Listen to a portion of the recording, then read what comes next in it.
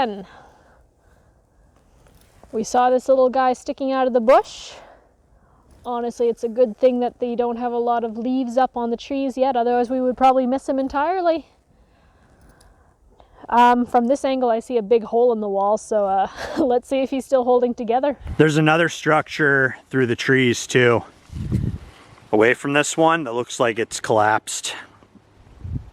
The ground looks dry on the way in. We can walk there easily. Do you want to do that one first? No, we can do this one first, it's closer. So these wires are literally punched through holes in the wall and strapped back and forth.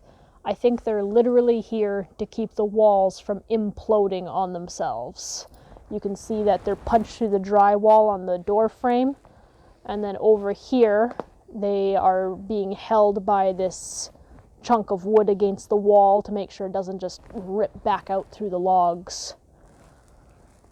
Somebody tried to keep this thing together for a while. Doesn't want it to fall down completely.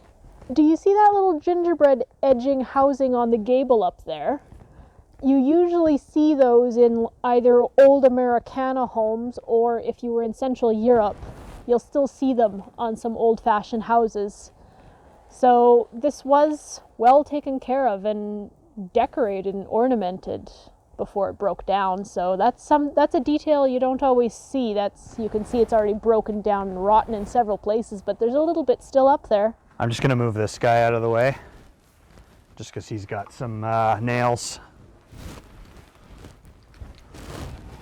Oh, watch yourself, babe. Okay, I'm just gonna poke my head inside. I don't think this one definitely does not look structurally sound at all, so I don't think I'm actually gonna go in too deep. Yeah, you can see this part over here is boarded up, and yeah, paint's pretty well gone. Door frames look pretty tiny. There's a rafter space up there too. You can kind of see up there. It looks like there's a stairwell going up to that rafter space right here as well too. Again, I'm not really comfortable going in and walking around on any of this. There's a lot of nails. There's a bunch of barbed wire in there too. But we can at least go around the exterior and take another look around. I'm just making my way over to the exterior door here. Just watching out for nails and stuff. There's Rita. Yeah. Oh, wow. That stairwell. Yeah, that's definitely seen better days. The stairs don't even really lead up to anything anymore. They just go up, and it's just basically just rafter space up there. There's not even a floor to walk on.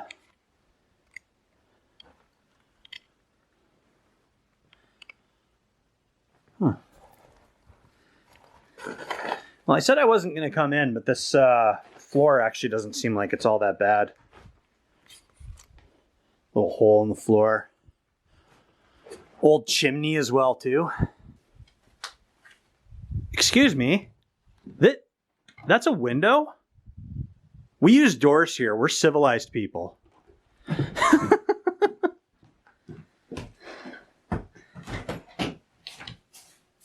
do what I want. I see that. I imagine this would have been a beautiful little place, but yeah, it's not anymore. Is that a light fixture up there? Just inside the very first rafter, or is that some garbage? That might be a light fixture. It kind of looks like it could be one. It's a little high up to be a light fixture, but I guess if you had like a ladder or something. I suppose. I don't know. Hard to tell without actually going up there, but that ain't happening. No. Especially not a big guy like me. This doesn't lead anywhere, this hole. Do you think they filled it in with some dirt so that people wouldn't just plummet down into the root cellar? Because you couldn't store anything down there. That's too shallow. It's hard to say.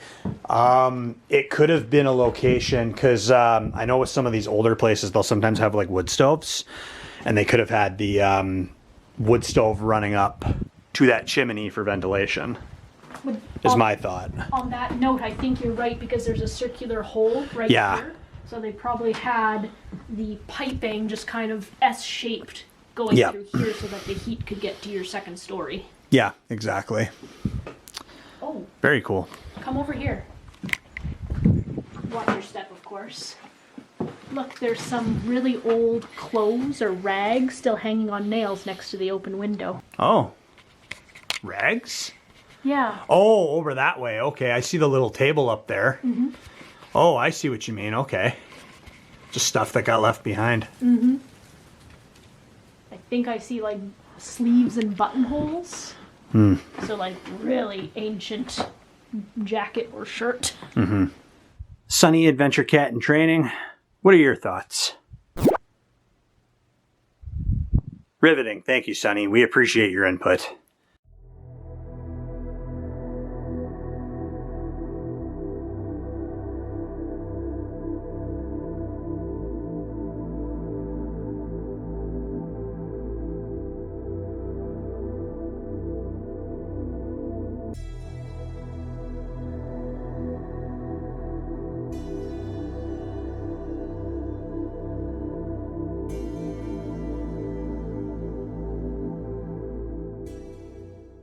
There's a really thick, heavy chain hanging off the far wall over there, if you can see it.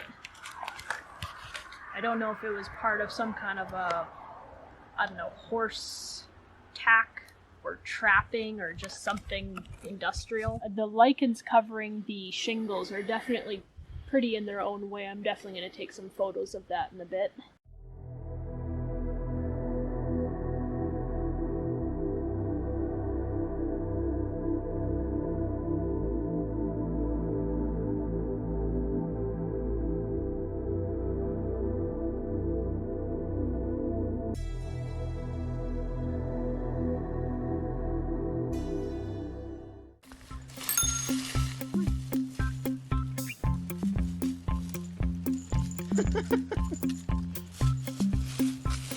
Sunny!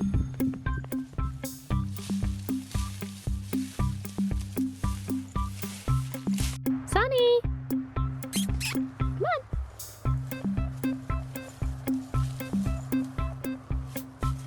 Come here! Oh, Sunny! This way, come on! Come here! Come here! Come on! Sunny! Come here! Come on! Sunny! Sunny, baby! Come! Come!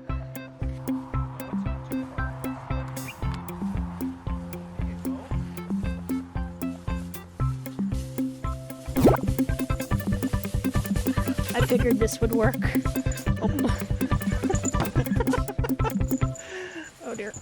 Well, we hope you enjoyed that roadside find here in the bush.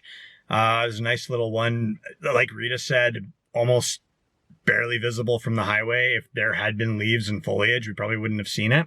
And a good opportunity to get Sunny out and get her used to being out.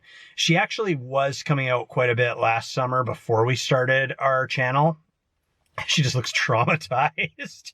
But with winter, we weren't really taking her out because it was too cold. So now she's kind of just getting used to it again. But she's picking up on stuff again pretty quickly. I mean, she's identified the truck as a safe space. Yeah, she's always been a pretty quiet critter, so she is ideal to break into this lifestyle.